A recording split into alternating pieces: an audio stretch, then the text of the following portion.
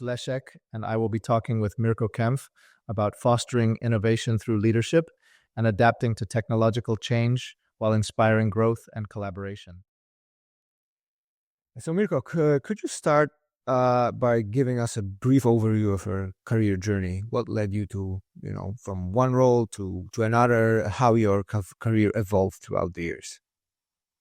Over the years, my career evolved in multiple different ways, non-traditional step in between. So I started as a craftsman, stepped into a more industry-like context, the military, but more the technical part of military.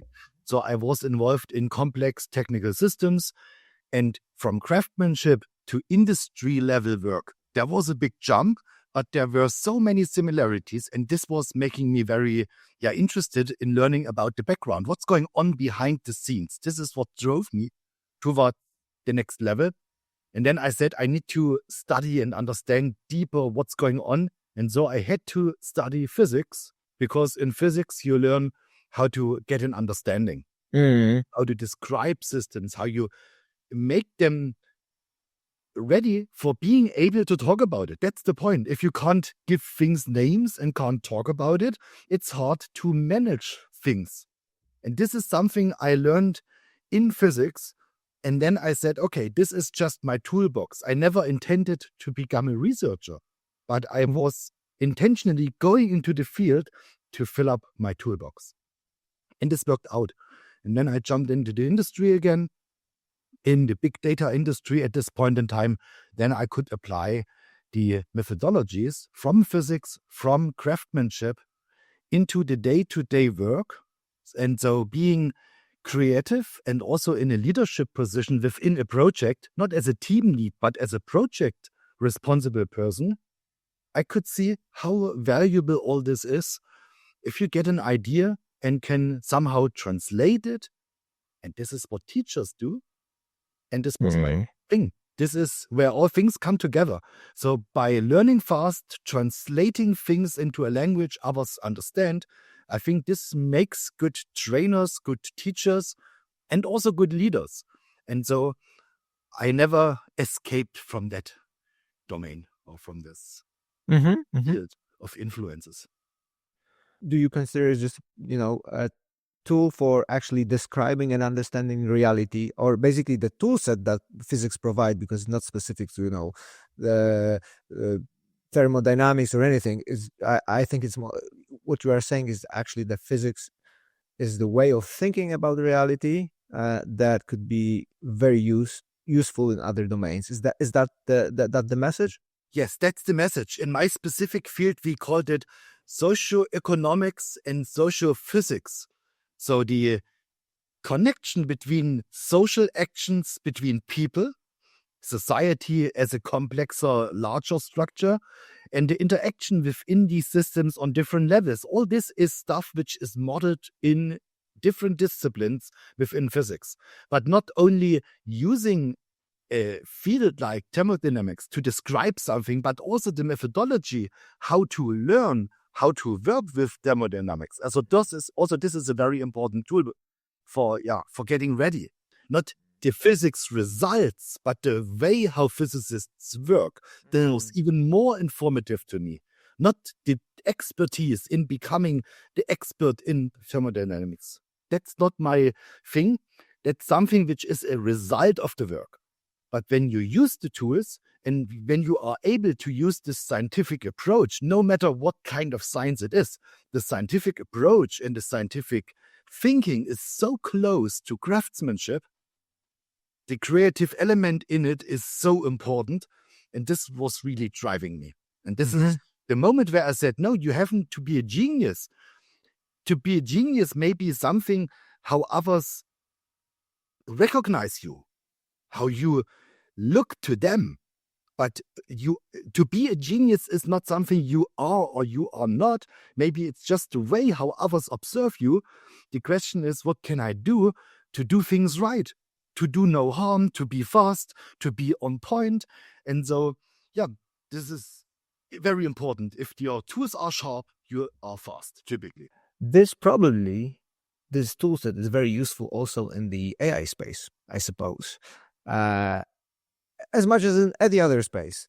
But you've been working on a framework for AI readiness, and I'd like to unpack this topic. This sounds, incredibly relevant for organizations for the current times as well. Could you walk us through what AI readiness means and how the framework could help? Yeah, AI readiness, what does it mean? To be ready for AI means either as a person or as an organization, you can be ready. But ideally, and this I think it's a strong requirement, you must be ready on both levels. As a company, as an organization, you must provide an environment where people can learn and experiment in a safe way to get AI ready. But on the opposite side, if people are not ready to start the experimentation, nobody will bring this organization to the AI ready level. It's a chicken egg problem. And so different people argue differently. Some say you must do this as a top down. If the management has no AI strategy, we are all lost. Yes, of course, a company needs an AI strategy for the future, but without having people who are skilled to do the stuff, the best strategy doesn't help. And that's the point. You need on both levels different things which define AI readiness. In my framework, it means if the management knows what AI aspects are relevant, they are AI ready.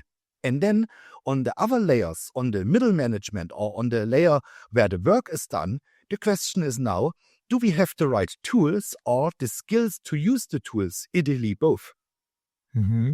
And the reality is, even if there is a nice tool on the market, a product, a service, typically it doesn't fit directly into your environment. It must be adopted, it must be integrated. And AI readiness now means to understand how to implement a service, a product, a tool, a methodology from outside so that our company can drive things faster using this tool support. That's the whole thing. And sometimes you need little adjustments, a little bit of learning, of adoption. Sometimes you should really build a new factory besides the old one because the old one doesn't fit. It depends. And figuring out these details is part of the AI readiness procedure, this analysis procedure, to understand where is the potential and what do you get from it when you start using AI. Mm-hmm. We have seen places where people couldn't say a word. They were so impressed by a result, by the first result. And then we said, wow, this is cool, let's continue. And after doing a little thing 3-4 times, some prompting with ChatGPT, they are still amazed, but then they fail in adopting it on a recurring level. This means you are not AI ready. You are ready to play with things. Yes, that's cool. But bringing this new idea, this new capabilities into your processes and adjusting your processes, this is what AI readiness means at the end of the day. The example that you're referring to actually speaks that, it's pretty clear how is it relevant, what you can get out of it, to your points, to your previous points. But the rollout of this transformation is either unclear or just fails. And this comes down to with my understanding, to the tools, skills, or basically environment on the bottom level that actually is not ready for that. Yes, it's a mix of all three things. The tools and the skills available to the bottom level, then definitely one part of it. But I do not think about blaming the one side or the other. It's about identifying gaps. And the question is, who should inspire the leadership, if not the people in the bottom? And the absolutely. Who should inspire the people in the bottom layer to do this additional stuff, to give them freedom for exploration, for testing, to figure out what can be done better? This must come from management. If people have no time to study, to experiment, to learn, to teach each other to do things faster, if this time is not given to them, they could have the idea, but management must support it. And therefore, they must also trust that something comes out of the box. And here's the problem. If people in the bottom level say, why should I be X% more efficient? What am I doing with the time I get back? I have nothing on a personal level. This is what people typically say. And management must now figure out how to deal with this. All right. So what would be like the first initial steps? How to tackle, how to actually build that scalable strategy to, to be actually ready? How would you tackle this? We tackle it on both sides. We talk with the management, identify on the business layer the potential, where is the data, what kind of data can be used, what is the behavior which should be changed or automated, where is the cognitive overload which must be or which should be reduced by using AI. This is the trigger question. Do you have a topic where a cognitive overload has been experienced? Is there something you would like to do? Maybe processing tons of transcripts or video data or interpreting photos. This is an example for a cognitive load which can't be handled without AI. With AI, you could do this easily if you know how. So, and then we dive in and say, okay, on the business layer, we do not talk about ChatGPT day in, day out. It's on the bigger picture. How can your business be transformed to do things which you can't do today? That's the question on the business layer. And at the same point in time, it's all about giving people on the bottom the tools to be fluent in the new tech. So what does it mean? You should be fluent to transcribe an audio recording or a video recording, because this is something which is for free, more or less. Not in terms of the service is for free, but you have not to do a lot if you know how. It's like learning how to use paper and pen. There is paper, there is pen everywhere, but if you don't know how to write, okay, most people are aware of how to write, but still they can't write an essay or a poem. We know how to concatenate letters and words and build sentences. That's the level where we are very fluent in society as well. But the next level is missing. And we shouldn't talk about essays before we know the alphabet. And that's the starting point. Give people the alphabet, the pen, the paper, and then bring them together to start writing letters to each other. And then as a result of being active, so writing letters is just an example, but let's assume we write letters to each other, maybe a third person starts collecting the letters and makes a book out of it. We would never have made a book, but the other person from an external view can now also start collecting. And this is a key ingredient. You must work on different layers of abstraction and let people do what they need to do. And then others could group and organize and aggregate and arrange things which are out of scope of the people in the one layer. And this is where middle management jumps in. As a normal team lead, I shouldn't compete with my team members who is writing the cool articles. No, I should aggregate the knowledge and figure out who needs new knowledge. And this is where leadership and training come together. As an element of the onboarding, of AI onboarding, you need to lead and train at the same moment. You can't separate this. At least this is my understanding and our approach. Okay. When there are probably some trade-offs here, and a lot of them probably. And I want to talk about one of them is actually, or maybe let's forget about the trade-offs and talk about, there are probably situations where it actually makes sense to follow the AI trend, and sometimes it probably doesn't. I think the framework actually sort of clearly helps in navigating this decision, especially the things that you said. For example, knowing how relevant things can get. I mean, knowing how relevant aspects of AI are, or what is it in for you in that, But could you elaborate on, the decisions whether to actually use the AI or not, and how to make this decision? This is can be even broader discussion, because AI is one thing, but also in terms of building, for example, software, there are also, the sort of this fine line between whether you use, for example, algorithmic approach or, machine learning, data engineering sort of approach. It also, this thin line is sort of moving in one direction, and it's probably going to settle at some, balanced place. So this sort of decision is highly relevant for on the organization level, but also on the implementation level. And I'd like to ask for your thoughts on that matter. I can use this analogy with the writing and with the book again. Not everybody who learns writing will end up in publishing a book. For sure not. And this is the same with using AI. If the published book is the product of a company, which gets out of the company to the customer base, the question is, who is involved in building this product, this result? And if AI helps me to speed up my learning experience, to allow me, if it allows me to digest more scientific papers or to research through more books, to identify a missing puzzle, then I have a huge value from using AI if I know how.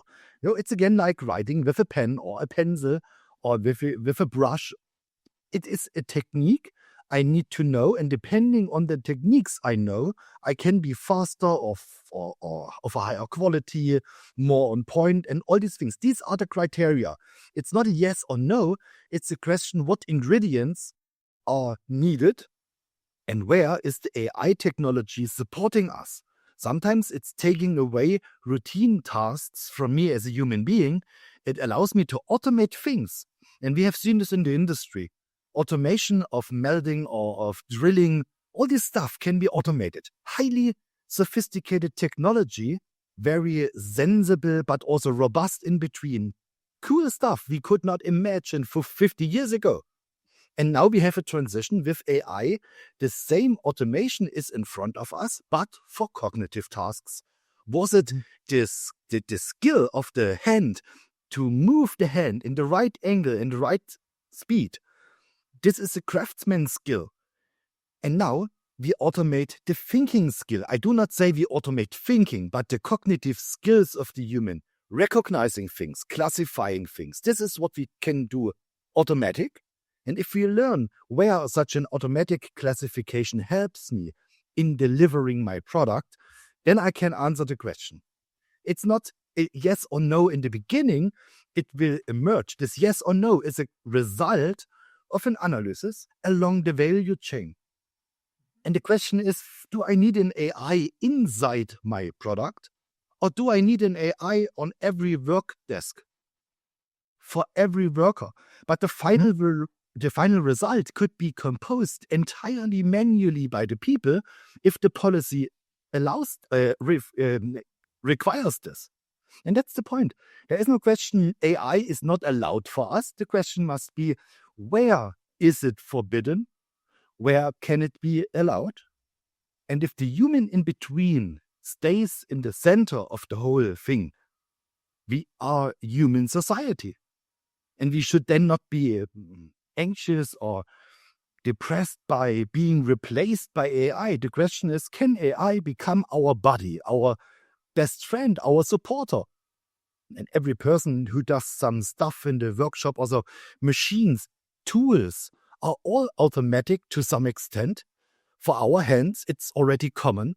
And the next thing is for senses, for our eyes, for our ears, for our speaking. Are there not technical supporters, technical assistance for individual skills? And I think that's the key for the moment, where the society can do a huge thing. And then as a consequence, a whole new layer of applications will emerge, something I can't imagine today. Mm-hmm. That's a nice way to that's a nice way to end this block, which is actually, it's really hard to imagine what's coming next. That resonates with me very much. Now, I'd like to talk about the concept of learning by teaching. I'm a big fan of this approach. Actually, I mean, naturally, this came to, I sort of, I'm a big fan of this approach. I've learned it not by reading books, but actually by exploring, but by trying to teach somebody and actually drive my growth in a way that was really hard to compare with anything else.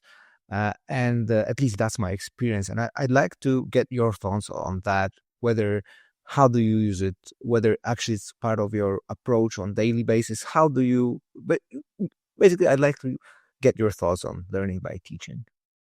Yeah, learning by teaching was an inspiration. I got it when I was learning Spanish from a woman. She spoke Portuguese and she said, I give a Spanish class to improve my Spanish again. And that's my way of being active, learning by teaching. This was so impressive and I was inspired by this thought. And I figured later out that teaching can be one of two things. Either there is something known in the world and others don't know it, and then somebody has to share that knowledge. It exists already. And maybe textbooks do exist, trainings courses do exist, and somebody enforces others to learn. This is what people usually say, this is teaching. It's something which is well understood and known. But then there's the research world. In research, you figure something out which is maybe a new insight.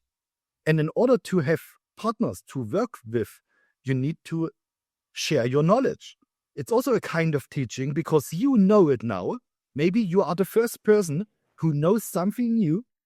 And in order to spread the word, you have to share these things. And it's a kind of teaching. This means in order to go deeper in your own domain at the same point in time, when you want to go deeper, understand deeper, you need to share the things. Why? Because you can't go deeper without a sparring partner. You need somebody who starts the ping pong with you, who reflects with you.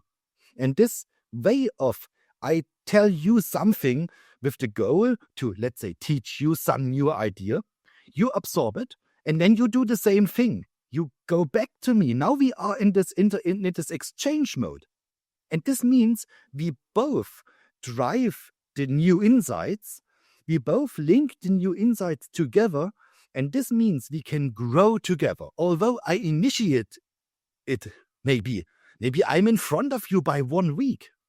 But I could not go to week 5 with success without having this sparring partner. And this is why I say learning by teaching. You need to start in a new field, typically not very alone. But if you have a partner, a sparring partner, or a group around you, then you have more energy and the whole flow is more intense. And this is what works more or less in every domain. Even if the world has understood how to do things, maybe there is a group of people somewhere which has no access to resources, but can explore the surroundings on their own. They would be able to learn the things even without the book. Self-exploration. And this is so interesting because we all say data analytics, self-service. What's the difference here? I go into a data lake. There's lots of data. I have no clue what I can find. And now I have to explore the data lake like I would explore the forest for building my camp for the evening. And this is the metaphor. Nobody is there who tells me where to start in the data lake to dig for the really important things. And this is the same in real life. And if we look back in such human patterns, how did I find out where to do my camp in the forest? Was there a master who dictated the rules I had to follow? In driver school, it was like this. First, there are the rules, and then I follow, and then I drive safely. But it's a different world. Having fun in the forest is different. And so I think these fundamental elements allow us to understand better how people behave and why, and what to do next. It's always the question, what's the next step? Is there a book which tells me what's the next step, or do I have a methodology inside of me to do the next step? And this brings me to this learning by teaching because it is coupled. We can't separate it. And that's the chicken egg problem. If we see it in a comprehensive picture, the chicken egg problem is not really a problem. It's just a thing which needs to be handled. Mm. And so many people are distracted or afraid of this chicken egg problem. They step away because how should I do it? The question is, don't worry, start somewhere and then go do it here and then try to move and until you make it somehow rolling. So this is the big thing. So waiting for the teacher is not the best idea if you want to learn fast. Exactly. I think, there's one part that actually, maybe a side comment here is, I think people very often get paralyzed with the chicken egg problem. And that's one of the things I learned along the way. But yeah. And just start somewhere. Nicely put. Your approach to learning, ties closely to leadership. And as you look back on your career, what are some of the, leadership lessons you've learned that shape how you lead, how you guide others? Probably lessons learned approach thing is one of the things. Physics is one of them, but I'd like you to cover, your main leadership lessons learned. Yeah, the main leadership lesson for me is take responsibility to stop thinking, followed by the doing. And as long as you do not step on the foot of other people, this is something you must have very clear in your mind. Not to the advantage for you with a disadvantage to others, but finding a gap and filling a gap with something new is something you should just do until you reach the boundaries without asking. Because if you ask others to say, it's okay to do this, then you are not leading. By asking, is it okay to go into this gap? You stop leading. You will be led by the person who decides for you the yes or the no. And I think that's an important thing. Leadership means to be straight, to be clear, and to go forward, because otherwise people can't follow you. Leadership is not being behind the group and pushing them and pressing them. It's about being in front and go forward.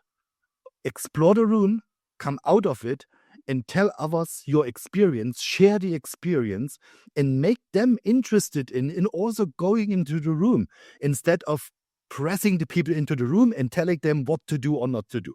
So this is how self-exploration is the baseline for being able to lead. Because if you can tell them the nice experience and warning and make safer for them to go in as well, then this is leadership for me. It's like exploring the forest and then coming back and telling what definitely not to do to avoid unnecessary losses. What about making this self-experience faster and safer for people by avoiding redoing the same mistakes? But I think there's also, you cannot go fully into protecting the people, I guess. It's not protecting, absolutely not. They must be self-responsible for what they are doing. But if you have an obvious hint, please do not eat this herb. It will kill you. It smells so nice, but it will kill you. I've seen it. There was the fox and the deer dying. I saw them dying. Then this warning, not to share this warning, this would be a failure if you have this information. But if people want to experiment with it, maybe they start collecting it, cook it, make something out of it, and it works. Exactly. This openness must be there, and this is trust. It's all about, do I trust my next neighbors? So building trust in your next neighborhood is a very essential element. I think there's also one element in that which is really important. If maybe that's my way of thinking, but maybe you think differently. But it's also really important who you take on this journey to this forest.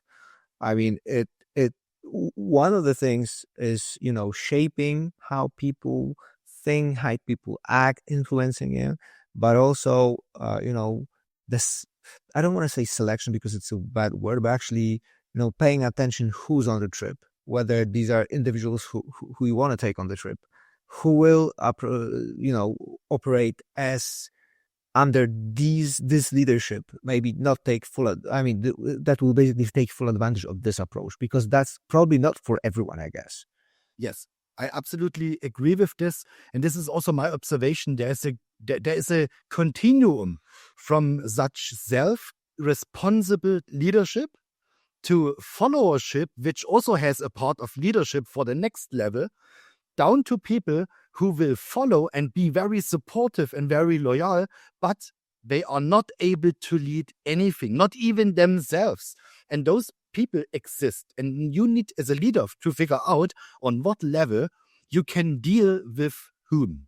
For some people, a very straight procedure, a very clear description of the procedure is essential. And others say, go away with your procedure, tell me the goal, and I deliver. Anything else would kill me. The different people, the different approach of different people can now be utilized. You can say, okay, a new task which has never done before must be done by someone who drives themselves to the solution. And if this person documents the thing, I can take this as a blueprint, let it repeat by somebody in between, and then finally we do a standard operations procedure to give it as a manual to everybody. And this is the same thing how we introduce AI in a company. Mm-hmm. Some will explore, the next will validate and adapt it to the company's needs, to standardize, and then we can say, okay, this is now proved, it's working, it's safe, and everybody now can use it. Mm-hmm. This is also a multi-level leadership thing. You can't say, I tell you how to do things always. And sometimes you must do that. And to figure out which intensity of command is needed. This is also a leadership thing. Mm-hmm, mm-hmm. Yeah. Yeah, I mean, coming back to the forest exploration thing, you need people who will basically explore the area, but also you need somebody who will chop the wood for the fire. Yeah. And he's perfect at that, right? Yeah. Absolutely. Mm-hmm. Mirko, thank you very much for today. It was really some really valuable insights. Thank you also for delivering it in a really passionate and engaged way. I really enjoyed our conversation. Thank you very much. It was a pleasure. Thank you also for inviting me. It was an interesting discussion. I love it.